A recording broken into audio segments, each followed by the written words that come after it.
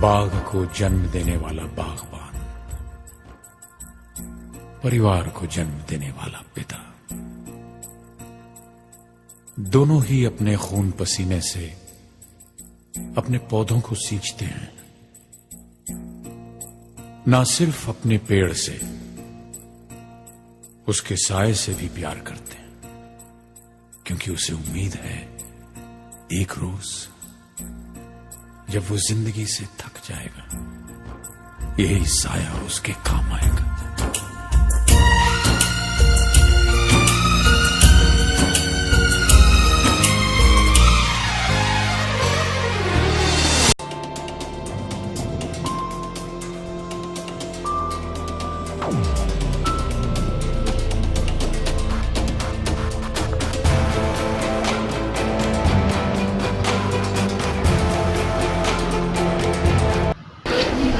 नमस्कार उदयपुर, मैं हूं भरत और आप देख रहे हैं न्यूज़ 27।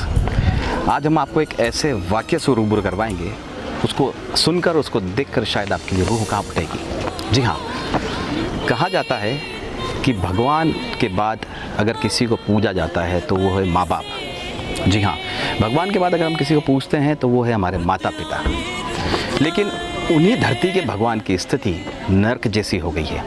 और किनके द्वारा? जिनके पास अथाह धन दौलत, शोहरत, नाम सब कुछ है, उन्हीं के धरती के भगवान एक ऐसे वृद्धाश्रम में अपने जीवन को जी रहे हैं जो कि नर्क से भी सबसे ज़्यादा बदतर कहलाता है। जी हाँ, उदयपुर के अंदर सर्वित विलास के मकान नंबर 50A में एक लाठी ट्रस्ट नामक एक संस्थान चलती है जो कि वृद्धाश्रम के रूप में संचालित हो रही है। वैसे वो वृद्धाश्रम किसी भी तरह से कहीं पे भी किसी भी सरकारी दस्तावेज में इंदराज नहीं है। उस स्थान पर एक स्कूल के बारे में जानकारी दी गई है, लेकिन उसी भवन के अंदर सर्फ भी बनाया जाता है, पैकिंग भी की जाती है, अगरबत्ती बनाई जाती है, उसकी पैकिंग भी की जाती है, साबुन की पैकिंग भी की जाती है। प्रथम तल पर स्कूल भी चलता है, लेकिन ग्राउंड फ्लोर पर एक वृद्धाश्रम संचालित होता है जिसका नाम है लाठी। जी हाँ, नाम से तो काफ़ी भावनाएं जुड़ जाती हैं, लेकिन कहीं ना कहीं देखा गया है कि वो उसी लाठी से उन वृद्धाश्रमों को मारा जा रहा है। जी हाँ, मैं बात कर रहा हूँ उदयपुर के अंदर सर्वित विलास में संचालित इस वृद्धाश्रम की।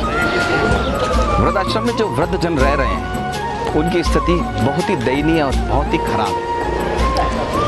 कहीं ना कहीं इसकी शिकायत विधिक सेवा प्राधिकरण के सचिव रिद्धिमा शर्मा तक पहुंचती है। तो फिर क्या था, रिद्धिमा शर्मा एवं उनकी टीम वहां पर औचक निरीक्षण के लिए पहुंच जाती है। जी हाँ, जिला विधिक सेवा प्राधिकरण के सचिव रिद्धिमा शर्मा, जो कि अतिरिक्त जिला न्यायाधीश भी उदयपुर में है, वो जब मौके पर जाती है तो वहां पर उन्हें कई अनियमितताएं नजर आती हैं। जी हाँ, कई अनियमितताएं, जिसमें मुख्य अनियमितता है कि वहां पर कोविड-19 का प्रोटोकॉल बिल्कुल फॉलो नहीं किया है। न ही किसी तरह के मास्क उनके पास थे, न ही किसी तरह के उनके पास सैनिटाइज़र थे, न ही साफ सफाई थी। जी हाँ, वहाँ पर कुछ वृद्धजन रह रहे थे, जिनमें से मैं 2 की दयनीय स्थिति में आपको बताता हूँ। ममता बिल्कुल तार-तार हो चुकी है। वृद्धजन वृद्धाश्रम में और उनके समृद्ध बालक और बालिकाएं बंगलों में। जी हाँ, एक समृद्ध महिला जिसकी उम्र अभी 85 वर्ष है, उन्होंने 5 बच्चों को जन्म दिया, 4 पुत्री 1 पुत्र। सबका विवाह संपन्न हुआ। उस महिला के जीवन साथी का देहवास हो जाता है और महिला अकेली हो जाती है, तो वो सारे समृद्ध पुत्र और पुत्रियां शामिल मिलकर एक निर्णय लेते हैं जो कि बड़ा निर्दयी निर्णय होता है। वो निर्णय होता है कि क्यों ना माता को वृद्धाश्रम का रास्ता दिखाया जाए। जी हाँ, 85 वर्ष की महिला को वृद्धाश्रम का रास्ता दिखाया जाता है, मौके पर उन्हें छोड़ा जाता है। न ही उनके पास खाने की सुविधा, न ही उनके पास अच्छे कपड़े। और डॉक्टरों का ये कहना है कि उनकी पीठ में किसी तरह की कोई प्रॉब्लम है तो वो बैठ नहीं पाएंगी, उन्हें लेटना ही पड़ेगा। वो अपने मलमूत्र वहीं त्याग दी हैं, खाने के लिए ज़ोर ज़ोर से चिल्लाती हैं। कपड़े उनके कौन बदलेगा, उन्हें कौन नहलाएगा, ये सिर्फ ईश्वर के हाथ में है। लाठी जो वृद्धाश्रम का नाम है, उनके संचालनकर्ता उस पर बिल्कुल ध्यान नहीं देते हैं। न ही किसी तरह का उनके पास में कोई सुविधा है, न ही किसी तरह की उनके पास कोई ऐसी साफ सफाई कर्मचारी हैं जिनकी वजह से वो उन पर ध्यान दे सके। जब उनसे पूछा जाता है तो वो कहते हैं कि इनके बच्चों को हमने कई बार कह दिया है कि आप इन्हें यहाँ से ले जाएं, वो नहीं ले जाते। और जब उनकी पुत्र और पुत्रियों को हमने फ़ोन करके पूछने का प्रयास किया, विधिक सेवा प्राधिकरण के सदस्यों ने पूछने का प्रयास किया, तो किसी तरह कोई संतोषप्रद जवाब नहीं। दूसरे शख्स की हम बात करें, वो शिक्षा विभाग से सेवानिवृत्त हैं। 16,000 रुपये की उन्हें पेंशन मिलती है। बड़े पुत्र को उन्होंने पाल पोस कर इस लायक बनाया कि वो सरकारी मुलाजिम बना। छोटा पुत्र एक अच्छी दुकान लेके बैठा हुआ है, लेकिन मतभेद और मनभेद इतना है कि वो शायद साथ नहीं रह पा रहे हैं। उन व्रत को भी इसी वृद्धाश्रम का रास्ता दिखाया गया। एक और सबसे बड़ी बात, एक ऐसा व्रत जो कि मानसिक रूप से विक्षिप्त था, मानसिक रूप से असंतुलित था, उन्हें भी यहाँ पर भेजा गया। ना किसी तरह की उनके पास कोई लिखित में जानकारी, ना ही उनके पास किसी तरह का कोई आदेश, ना ही किसी तरह का उनके पास कोई सरकारी दस्तावेज।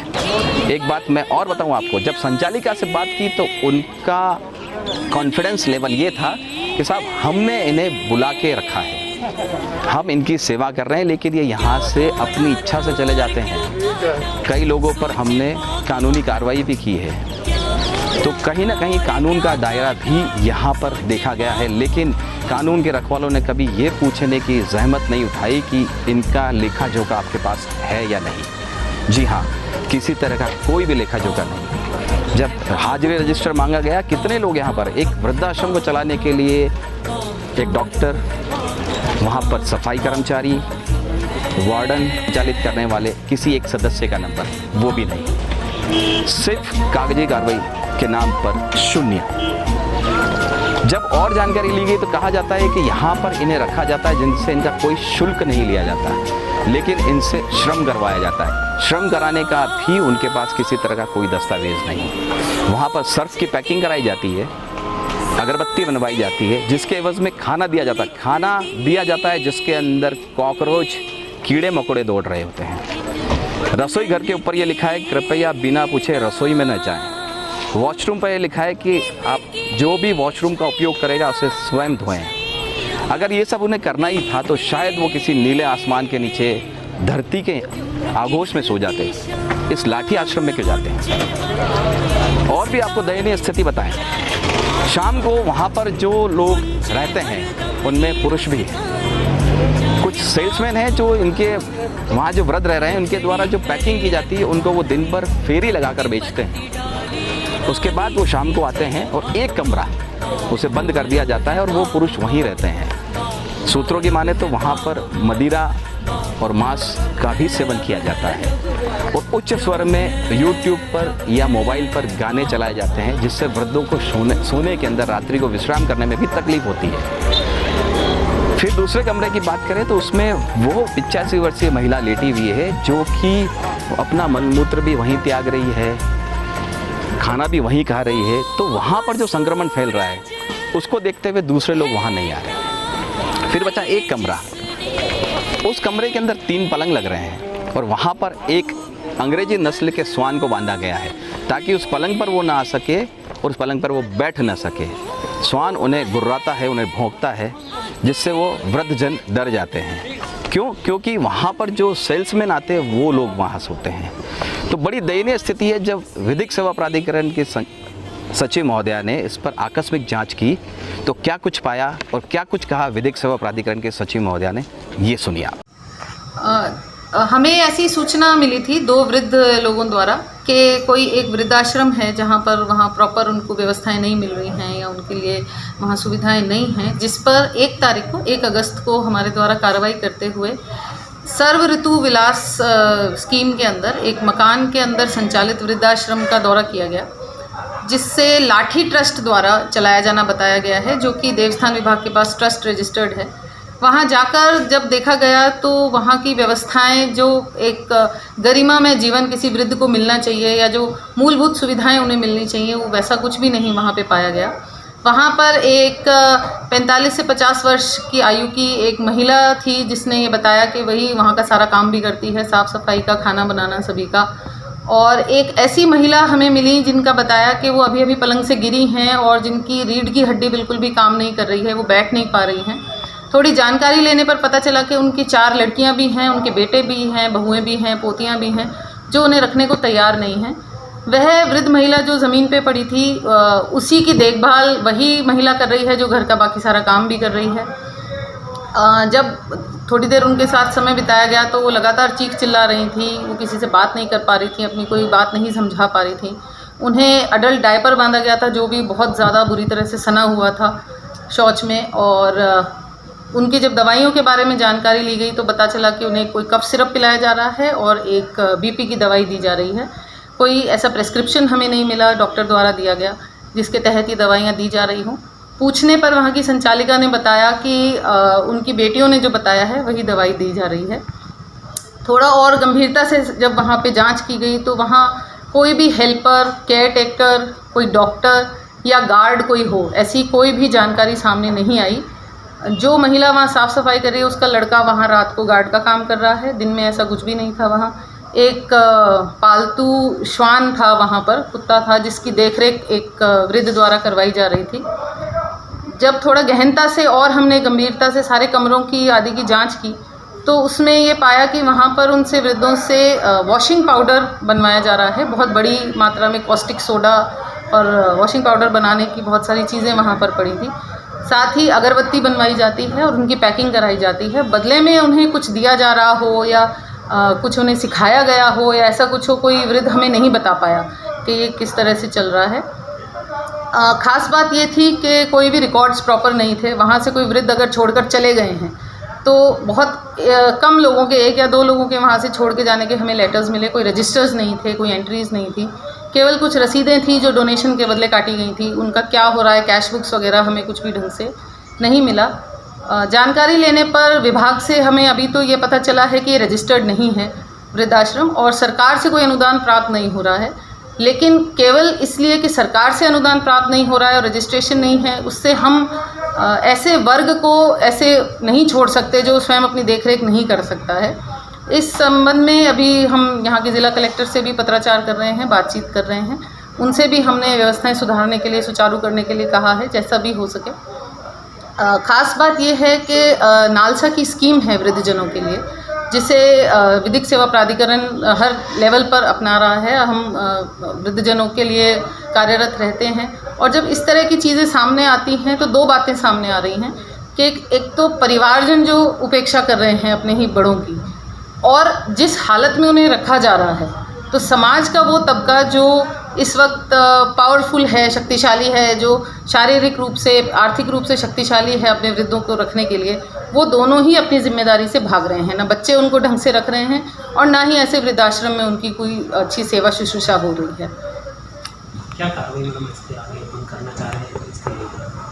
कार्रवाई के संबंध में अभी हमने विभाग को लिखा है, जयपुर लिखा है हमने, गवर्नमेंट के स्टेट डिपार्टमेंट को हमने लिखा है, ज़िला कलेक्टर की भी नॉलेज में हम ये चीज़ डाल रहे हैं। असल में हम ये जानना चाह रहे हैं कि अगर कोई वृद्धाश्रम रजिस्टर नहीं होता है या ऐसा कोई भी होम रजिस्टर नहीं होता है तो क्या उसमें रह रहे लोगों को, वहाँ रह रहे आश्रितों को, चाहे वो बच्चे हों चाहे वो बुज़ुर्ग हों, उनको ऐसे अबेंस में छोड़ सकते हैं क्या हम, कि किसी की भी जिम्मेदारी तय नहीं हो कि कौन इनको कैसे रखेगा। हमें ऐसी भी वहाँ जानकारी मिली कि बहुत सारे बुज़ुर्ग वहाँ से चले गए, वो रुके नहीं, बहुत रोकने पे भी रुके नहीं। तो वो कहाँ गए, वो क्या अपने घर पहुँचे, वो किस स्थिति में है, कहाँ है, कोरोना का काल चल रहा है। ऐसे में बहुत सारी जिम्मेदारियाँ हैं जो अगर सरकारी विभाग हमें बता दें तो बहुत अच्छा, नहीं तो इस संबंध में आगे कानूनी कार्रवाई भी की जाएगी। मैम, वृद्धों के बच्चे से संपर्क करने का प्रयास किया आपने? कुछ जी, हमने प्रयास किया क्योंकि जो 2 वृद्ध ने हमें शिकायत दी थी वो हमें वहाँ नहीं मिले। उनके द्वारा लिखा हुआ केवल एक लेटर मिला कि मैं मेरी इच्छा से जा रहा हूँ। जब हमने संचालिका से उनके बच्चों से बात करने को कहा तो उसने कहा कि मेरा वो फ़ोन ही नहीं उठाएंगे उनके बच्चे, और ज़्यादातर वृद्धों के लिए उसने यही कहा कि वो वृद्धाश्रम के जो भी केयरटेकर्स हैं या जो भी संचालिका हैं इनके फ़ोन नहीं उठाती हैं।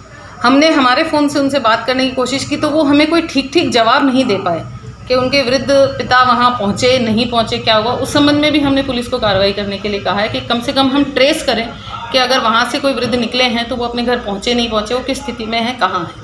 मैडम, एक मैसेज क्या देना चाहते हैं? सोसाइटी के अंदर ऐसा माहौल हो रहा है कि जिन माँ बाप ने बच्चों को पाला पोसा बड़ा किया, सब कुछ सक्षम बनाया, वो इतनी सी जिम्मेदारी उनकी नहीं उठा पाते हैं। अपन क्या कहना चाहते हैं आज की युवा पीढ़ी को कि अपने माँ बाप को इस कंडीशन जो आपने देखा वहाँ के आपके मन की बात आप देखिए, ये एक सच्चाई है कि वृद्धाश्रमों की संख्या बढ़ती जा रही है और उसमें वृद्ध रहने वाले वृद्धों की संख्या भी बढ़ती जा रही है, लेकिन हमें ऐसे वृद्ध अभी तक नहीं मिले हैं जो गरीबी के कारण वहाँ आए हैं।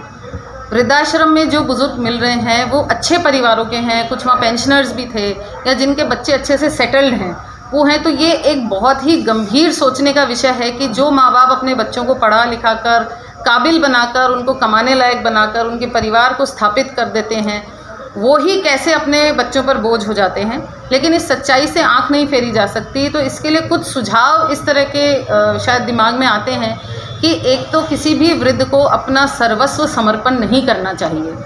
ये आप सही माने गलत माने, हम अपना ज़मीन, घर, पैसा, जो भी हमारे पास है, जेवर आदि सब बच्चों को, बहुओं को, उन पोते पोतियों को दे देते हैं, ये मानकर कि ये सब हमारे हैं, हमारी सेवा करेंगे। लेकिन आखिर में आपकी संपत्ति वही है। दूसरा, अगर आप थोड़ा बहुत भी कर सकते हैं तो जब तक आपके हाथ पैर चलें आपको काम करते रहना चाहिए, चाहे आप आमदनी के लिए करें चाहे आप ना करें, लेकिन कोई ना कोई आपको इनकम का सोर्स अपने सही समय के दौरान ही बना लेना चाहिए, जिससे आप कभी किसी पर भी भार ना बने। और बहुत ज़्यादा इमोशनल होकर, सेंसिटिव होकर आप कोई फ़ैसला ना लें, क्योंकि वृद्धाश्रम एक सच्चाई बन चुकी है। तो देखा आपने क्या कुछ कहा विधिक सेवा प्राधिकरण के सचिव एवं अतिरिक्त जिला न्यायाधीश रिद्धिमा शर्मा ने। जब संचालिका से बात की गई थी तो उन्होंने कहा कि यह भवन हमने किराए पर ले रखा है और हम समाज के लोगों से, उदयपुर में रहने वाले लोगों से थोड़ा थोड़ा मदद मांगकर इस वृद्धाश्रम को चला रहे हैं। हमारे पास इतना पैसा नहीं कि हम इस वृद्धाश्रम को सुचारू रूप से चला सकें, लेकिन जो सुविधा हम दे रहे हैं उसमें हम कहीं कमी नहीं रख रहे हैं। उनके बोलने में और वस्तु स्थिति में काफ़ी फ़र्क था, दिन रात का फ़र्क था। अब देखने वाली बात यह है कि क्या इस तरह के वृद्धाश्रम पे उदयपुर का प्रशासन कोई सख्त कार्रवाई करेगा या फिर आंखें मूंद कर अपने इस कार्य में थोड़े बहुत खाना पूर्ति करके इतिश्री करेगा। उदयपुर में वृद्धाश्रम की संख्या न जाने क्यों बढ़ती जा रही है। पहले संयुक्त परिवार हुआ करता था, अब परिवार अलग होने लगा है। अगर मजबूरी में रहना पड़ता है तो चूल्हा अलग जलने लगा है। दादा और दादी पोते पोतियों का चेहरा देखने के लिए तरस जाते हैं, लेकिन पुत्र और पुत्री उन्हें एक आंख नहीं समाते हैं। आखिर ऐसी क्या नौबत आई कि उदयपुर शहर के अंदर इस तरह के वृद्धाश्रम के नाम पर लोग चांदी कूटने लगे हैं। कहीं ना कहीं उन्हें भी आगे चल के वृद्ध होना पड़ेगा। उनके भी पुत्र या पुत्री अगर उनके साथ इस तरह का व्यवहार करें तो उस वक्त उन्हें सोचना पड़ेगा। कहा जाता है कि ऊपर वाले की लाठी में आवाज़ नहीं होती, यहाँ का किया यहीं भरना पड़ेगा। लेकिन इस खबर का मतलब ये नहीं, हमारा कहने का मतलब ये नहीं कि उदयपुर में जितने भी समाज सेवी हैं या जितने भी वृद्धाश्रम हैं वो इसी श्रेणी में आते हैं। चोर चोरी से जाता है लेकिन हेरा फेरी से नहीं जाता, तो कभी न कभी चोर की चोरी पकड़ी ज़रूर जाती है। तो लाठी ट्रस्ट में जिस तरह की अनियमितताएं देखने को मिल रही थी, कहीं ना कहीं पाप का गड़ा भरा और फूटा। न्यूज़ 27 पूरे उदयपुर शहर से ये गुजारिश करता है कि इस तरह का कहीं भी वृद्धाश्रम, मूक बधिर आश्रम जिसमें अनियमितताएं आपको देखने को मिले तो तुरंत प्रभाव से या तो प्रशासन से संपर्क करें या हमारे न्यूज़ चैनल से संपर्क करें। अब इंतज़ार सिर्फ इस बात का है कि प्रशासन की कलम क्या इस पर कितना कठोर से कठोर निर्णय लेगी और इन्हें सीख चो के पीछे तक पहुंचाएगी, जिन्होंने वृद्धों को नर्क से भी ज़्यादा बदतर जगह पर रहने पर मजबूर किया। उदयपुर से न्यूज़ 27 की खास रिपोर्ट कैमरा पर्सन संजय फतनानी के साथ। धन्यवाद।